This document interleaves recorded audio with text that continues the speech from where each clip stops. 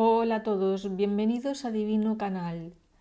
José María nació en Cupertino, un pueblo que pertenecía al reino de Nápoles y que por aquel entonces, en el año 1603, tenía 2000 habitantes.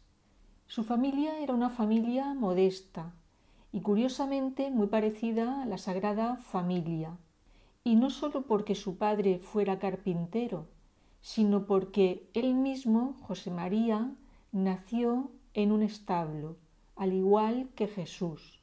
Y esto ocurrió así por una mala acción de su padre. Parece ser que avaló a algunos conocidos por el valor de 1000 ducados. Los amigos no cumplieron debidamente del dinero, y el padre de Cupertino se enfrentó a tener que responder del dinero, o en caso contrario, tener que ir a la cárcel. El padre decidió huir dejando abandonada a su esposa, que en ese tiempo estaba embarazada de José María.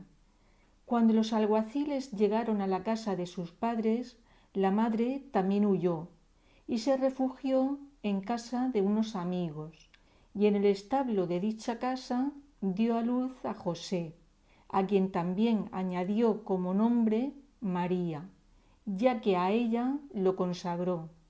José María no disfrutó del cariño de su madre. Sola y sin recursos económicos, se mostraba nerviosa con sus dos hijos, a quienes solía castigar. El niño José María se refugió en la religión, visitaba las iglesias, rezaba el rosario, incluso llegó a instalar un altar en su propia casa. Su religiosidad todavía se acentuó más cuando a los 8 años se puso enfermo de una úlcera cancerosa. El mal olor que dicha úlcera desprendía hizo que todavía aumentara más su soledad, ya que por ese motivo nadie quería visitarlo. Si algo de bueno tuvo el padecer dicha enfermedad, fue que en esos 6 años en que estuvo en cama, fue cuando empezó a tener visiones de carácter espiritual.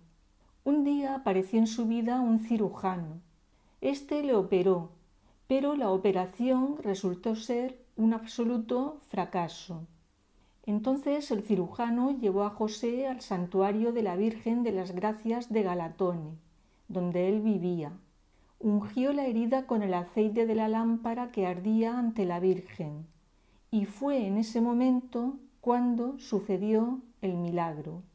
José María de Cupertino comenzó a caminar con la ayuda de un bastón, y lo primero que hizo fue dirigirse al santuario de la Virgen de la Grotela para agradecerle la curación.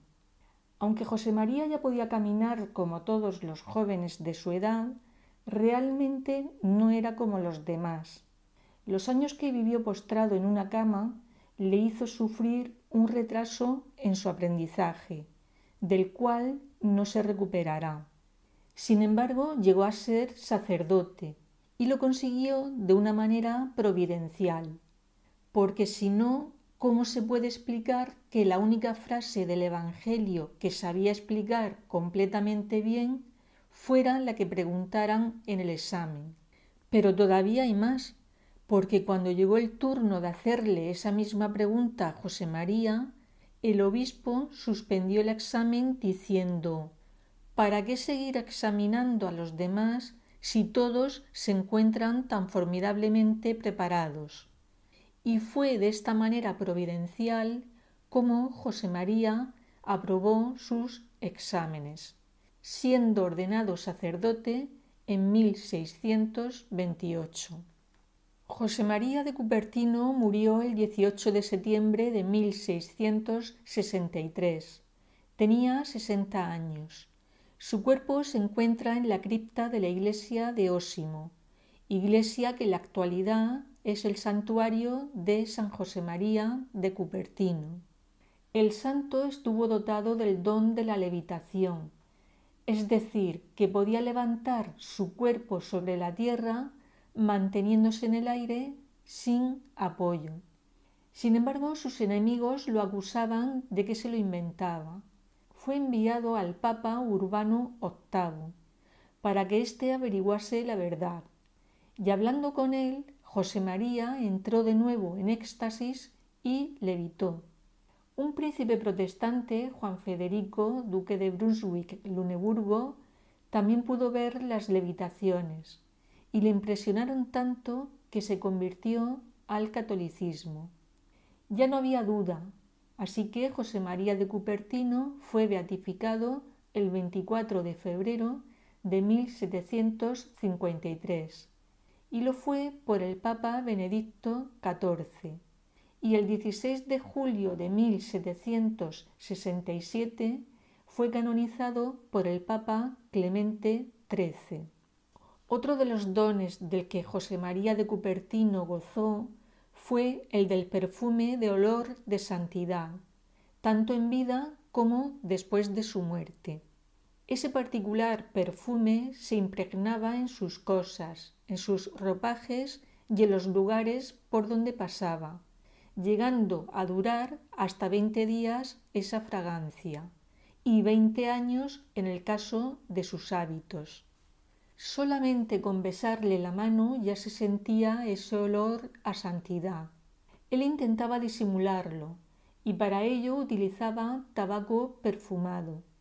Dios también le concedió el don de hacer milagros. Algunos sanaban poniéndose su cordón, otros se curaban rezando la bendición de San Francisco que había sido escrita personalmente por él. A veces la sanación ocurría cuando él les hacía la señal de la cruz o ungía su parte enferma con aceite de la Virgen o de algún santo, o colocándoles su crucifijo. José María de Cupertino sanaba todo tipo de enfermedades, pero tenía un carisma especial cuando se trataba de asuntos demoníacos, como brujerías o maleficios, porque podía descubrir los lugares donde se realizaban y las personas que los hacían, o que eran víctimas de ellos. Su fama de producirse milagros por su intercesión se extendió, y mucha gente hizo lo posible por conseguir alguna reliquia suya. Algunos sacaban pedacitos del muro exterior de su celda e incluso cortaban pedazos de su hábito. Después de su muerte continuaron los milagros con sus reliquias o imágenes. Así, la religiosa carmelita Teresa Margarita de San José, quien estuvo sufriendo durante 8 años de apoplejía, dolores de cabeza, fiebres altas y convulsiones, fue curada al aplicarle una imagen de José María de Cupertino. Su festividad se celebra el 18 de septiembre y por haber poseído el don de la levitación fue nombrado patrono de los cosmonautas, así como de los estudiantes, por las dificultades que sufrió en sus estudios.